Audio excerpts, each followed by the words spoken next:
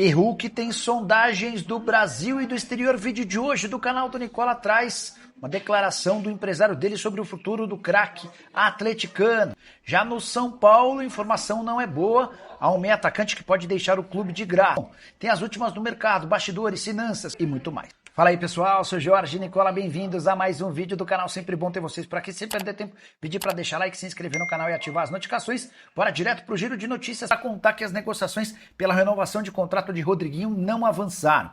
Meio atacante de 21 anos de idade, que é pretendido pelo Botafogo e também por times da Europa. E esse é o grande problema. Como ele tem contrato com o São Paulo somente até 31 de dezembro de 26, ou o São Paulo vende o Rodriguinho agora, em janeiro, ou vai correr enorme risco de vê-lo assinar um pré-contrato com qualquer outro clube em julho, deixando o São Paulo sem custos no fim da próxima temporada. O São Paulo tenta há meses a extensão do contrato com o Rodriguinho, mas tanto a questão financeira quanto a falta de perspectiva de ser titular absoluto fazem com que Rodriguinho e seu empresário não avancem nessas tratativas. Gostaria muito de saber de você, São Paulino, o que você pensa sobre o Rodriguinho. Tem futuro? Tem potencial? Melhor negociá-lo agora ou correr o risco de perder o jogador de graça em dezembro de 2026? Bora falar agora sobre o futuro de Hulk. Antes de gravar esse vídeo, conversei com o Nuno Ferreira, representante do atacante do Galo. E dá para dizer que nesse momento a tendência é de permanência na cidade do Galo em 2026. Apesar de sondagens já terem aparecido de clubes brasileiros e também do exterior, a gente chegou a noticiar que o Grêmio conversou com o Hulk e a coisa não avançou. Outros times que demonstraram interesse, da Turquia, do Catar e da Arábia Saudita. O fato de estar adaptado a Belo Horizonte, ter um salário alto, faz com que o Hulk dê preferência ao Atlético, apesar de todas as dificuldades com o técnico Jorge Sampaoli. O argentino já demonstrou diversas vezes ao longo da temporada que não faz questão de contar com o Hulk. Apesar disso, o atacante conseguiu reverter a situação e terminou a temporada como titular. Hulk, que ganha pouco mais de 2 milhões de reais por mês e tem contrato com o Galo até dezembro de 2026. Eu, na condição de dirigente, não abriria a mão do Hulk em hipótese alguma, mas queria saber a sua opinião. Já uso o espaço para comentário para registrar. Só não esquece de deixar like, se inscrever no canal. E a força política de Júlio Casares vai de mal a pior. Nessa quinta-feira ele conseguiu a aprovação da proposta orçamentária para 2026, mas votação extremamente apertada, algo bem pouco usual desde que ele se tornou presidente do Tricolor. Foram 112 votos a favor da aprovação contra 107 contrários. Detalhe, esse é o tipo de votação que passaria com enorme tranquilidade, mas membros da oposição se juntaram e decidiram votar contra a projeção orçamentária por entenderem que precisavam se manifestar e protestar contra a gestão do Júlio Casares, marcada nessas últimas semanas por uma série de problemas. Teve a goleada por 6-0 contra o Fluminense, teve a questão das canetas de emagrecimento usadas em jogadores do time principal. O principal de tudo, o escândalo envolvendo aluguel e venda de camarotes de forma clandestina. Enfim, um verdadeiro caos se instalou no São Paulo. Só para completar, dentro do Tricolor, muita pressão para que Douglas Schwartzman e Mara Casares sejam expulsos do Conselho Deliberativo. A dupla, inclusive, votou para aprovação da peça orçamentária de 2026, que prevê uma arrecadação acima de 900 milhões de reais e um superávit de mais ou menos 30 milhões.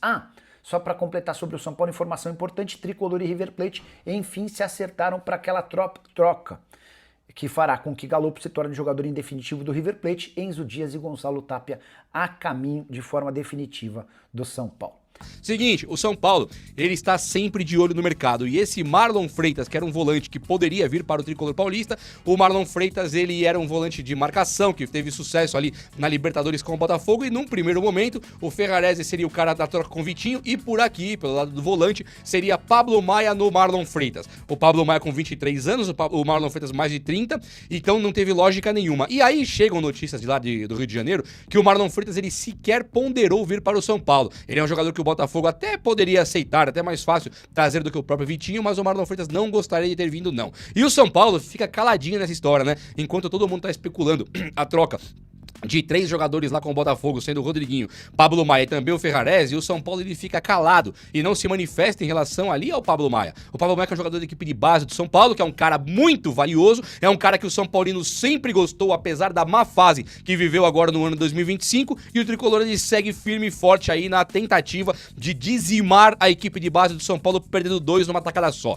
O Rodriguinho é um cara de 21 anos que é extremamente promissor, apesar dele não ter conseguido jogar bola ainda. Mas se você parar para analisar que o cara tem 21 anos, eu acho que é desculpa de sobra pra ele não ter conseguido jogar. É apenas 21 anos, não tem cabimento cobrar do Rodriguinho o que você cobraria do Oscar e do Lucas Moura, por exemplo. Não faz o menor sentido. E o São Paulo, nesse afã de tentar um reforço de graça, passar a perna no Botafogo, ele vai acabar envelhecendo seu elenco e trabalhando com jogadores que também não estão voando ali no time do Botafogo. Quando eu falo assim sobre Savarino no Rodriguinho, o Botafogo dá risada do outro lado.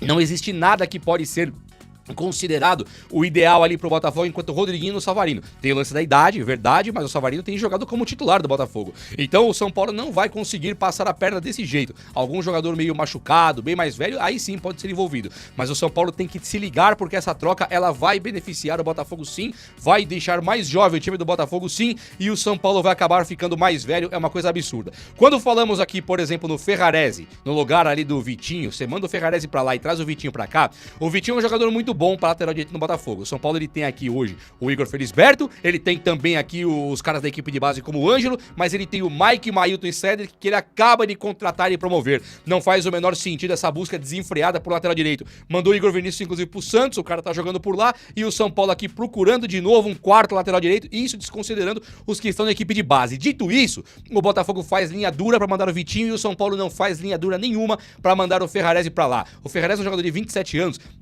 que custou quase 30 milhões ali no Grupo City, que o São Paulo comprou. O São Paulo teve que comprar o cara que nunca se firmou como titular, é verdade.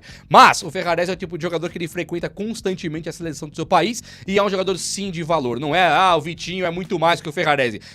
Isso seria uma conversa pra boi dormir. Isso aqui seria uma conversa muito de fachada, ou uma conversa muito minimizando o São Paulo e enaltecendo o Botafogo, coisa que nós não vimos de maneira alguma nesse ano aqui de 2025. O Botafogo não jogou nada, o Botafogo esteve melhor que o São Paulo, é verdade, mas o São Paulo ele conviveu com um histórico de lesões absurdo. Se fosse o histórico de lesão reduzido a metade, por exemplo, o São Paulo tivesse com seu time em campo, o São Paulo hoje tem mais time do que o Botafogo e pode sim ser considerado um time até melhor no campo e com o seu elenco. Mas o São Paulo não espera os retornos de Rian Francisco, Caleri, André Silva, Lucas Moura, caras que mudam o São Paulo de patamar da noite pro dia, e aí ele vai se rebaixar ali no Botafogo, tentando mandar os seus jovens e trazer os veteranos do Botafogo. Isso aqui é muito curioso de pensar e muito esquisito de ver. Porém, quando tem a diretoria do São Paulo fazendo ali uma apresentação de contas para o Conselho Deliberativo no afã de aprovar as contas, na necessidade de aprovação das contas, o São Paulo consegue aprovar sim. Os votos foram muito apertados, nós tivemos ali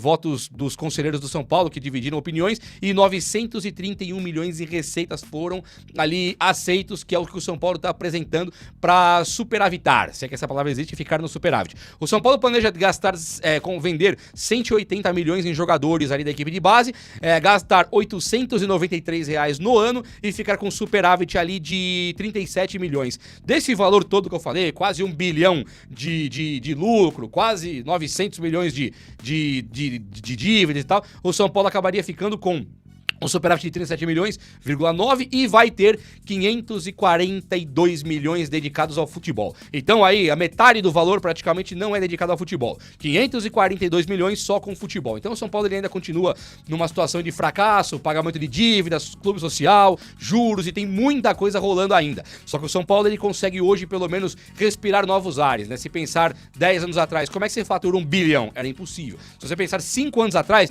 era impossível. E o São Paulo nunca conseguiu faturar esse valor. Agora o São Paulo coloca ali no orçamento, na previsão orçamentária, e se faturar a coisa vai ficando legal pro nosso lado. Gente, olha só. O Pablo Maia também tem dado muito o que falar e tem virado, sinceramente, uma polêmica danada. O Pablo Maia poder ir para o Botafogo. É uma coisa impressionante que o São Paulo viu aí o Marlon Freitas ganhar a Libertadores. Poxa, aplauso pro cara. Só que quando o Pablo Maia ganha a Copa do Brasil, cadê o aplauso pro cara? Não tem? Eu acho que o Marlon Freitas encarou uma fase ruim esse ano. Vitinho decaiu muito esse ano aqui também, os caras do Botafogo. E o Pablo Maia a mesma coisa. Pablo Maia, Arboleda, Alan Franco longe de entregarem tudo aquilo que poderiam entregar. Caleri, Lucas Moura nem se fala. Todo mundo ficou abaixo da média no time do São Paulo. e do Botafogo também, né? Ninguém brilhou lá também. Então a troca, ela tem que ser pau a pau. Tem que ser troca de ganho técnico por ganho técnico, idade por idade, olho por olho, dente por dente. Não adianta o São Paulo chegar agora e ficar fortalecendo o rival. Não adianta o São Paulo ficar desmantelando sua equipe de base. O Pablo Maia, se bobear, é o principal jogador que o São Paulo pode fazer dinheiro na Europa. Quando vem os estudos pensando em como que o São Paulo pode vender 180 milhões na base, que tá aqui, é o planejamento orçamentário do São Paulo. Pablo Maia é um dos grandes apoios para esse tipo de conta fechar. É um jogador que já despertou inúmeras vezes o interesse do futebol europeu. Quando em 2023 o São Paulo ganha aquela Copa do Brasil, o Júlio Casares se gaba de que pediram para vender ali o Nestor, o Pablo Maia, e ele segurou para ganhar a Copa. Foi lá e ganhou. E o interesse por esses dois caras desapareceu. O Nestor foi embora por 40 milhões, uma verdadeira vergonha, né? O Grupo City querendo o cara, com o Rogério Ceni forçando a barra, e o São Paulo só consegue pegar 40 milhões no Nestor. Vendeu o Diego Costa, zagueiro, por 44, e um time do Grupo City, cujo técnico é apaixonado pelo Nestor, você não consegue vender por mais de 40. Então a diretoria do São Paulo, ela tá muito longe de fazer bons negócios. Agora, quando nós olhamos pro cara igual Pablo Maia, ele jogou muito mais pelo São Paulo do que Nestor e Igor Gomes juntos, que são jogadores também de valor. Jogadores que estão brilhando por aí em seus times Atlético Mineiro e Bahia. Então não tem cabimento agora o Pablo Maia ser um cara tão desvalorizado. Principalmente num time que tá louco de vontade de comprar Marlon Freitas. Não tem cabimento ser esnobado por Marlon Freitas. O São Paulo acaba de anunciar que fechou. É nosso, Danielzinho do Mirassol. Então, Danielzinho, seja muito bem-vindo aqui pro Tricolor Paulista. Eu quero te desejar toda a sorte do mundo e que você brilhe por aqui. O Danielzinho é o tipo de jogador que ele é volante de marcação, e ele tem uma questão com ele que é a parte física, que ele é inquebrável.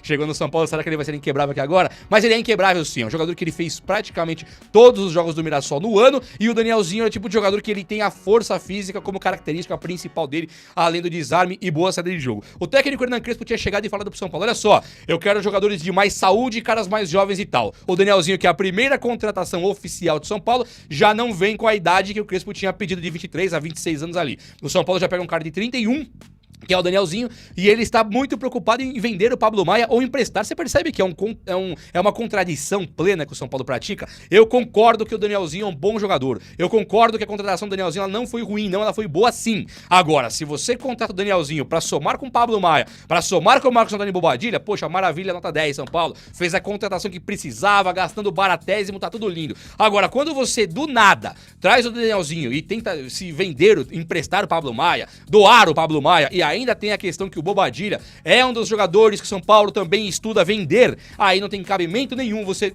manda embora o Luiz Gustavo, manda embora o Pablo Maia, vende Bobadilha e fica com o Danielzinho. Isso não pode acontecer. É esse tipo de formato que o São Paulo não pode fazer. Mas enfim, esse tipo de formato é uma coisa muito ruim que o São Paulo, com o São Paulino, tem convivido, e isso tem afastado o torcedor São Paulino diante dessa gestão do Júlio Casares, que é uma gestão absolutamente absurda, não é verdade? E olha só, Gabriel Pirani do DC United, o São Paulo fez uma sondagem e uma proposta vai pingar na mão do cara muito em breve, hein? O São Paulo já prepara a proposta, as notícias elas estão acaloradíssimas, são notícias de muito calor mesmo, que o São Paulo tá avançado para trazer o Pirani. Olha só, o Pirani ele tem 34 jogos possíveis na Major League Soccer, naquela liga dos Estados Unidos, e ele fez 28 desses 34 aqui, tá? Ele fez 7 gols e deu 3 assistências. Então ele tem 10 participações em gols em 28 jogos, e os 28 jogos num total de 34, ou seja, ele jogou quase todos. É um jogador bem interessante, mas bem interessante mesmo, que está com 23 anos, ele é um meia de características ofensivas. Ele é um meia fazedor de gols, ele é um cara interessante.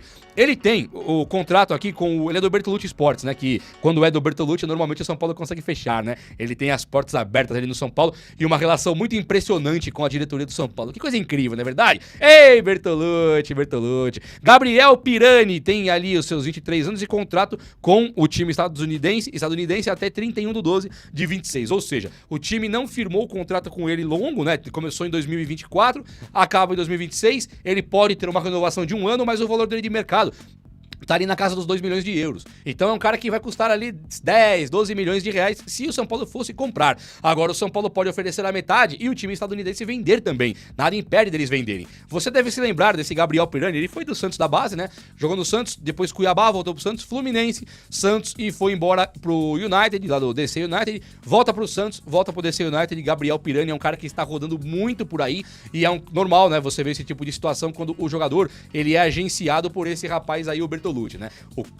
O cara tem portas abertas em tudo que é time, e ele chega lá e coloca o jogador dele, tira, vídeo Neverton do time do São Paulo, que acabou passando por isso. O Neverton chega, tá ali no São Paulo, equipe de base, pronto pra ir profissional, tem uma dívida que tem que pagar pro Bertolucci, o São Paulo devia acho que 50 milhões, o Bertolucci tira o Neverton, fala que foi 20 milhões e o São Paulo só deve 30 agora. Então é muito difícil de você assistir de camarote enquanto esse Bertolucci manda no time do São Paulo, e nós temos que ficar aqui de braços cruzados esperando a boa vontade dele e de Júlio Casares.